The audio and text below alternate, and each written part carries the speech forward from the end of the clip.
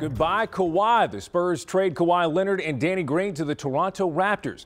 In return, the Spurs get DeMar DeRozan and Jakob Poeltl and a protected 2019 first-round pick.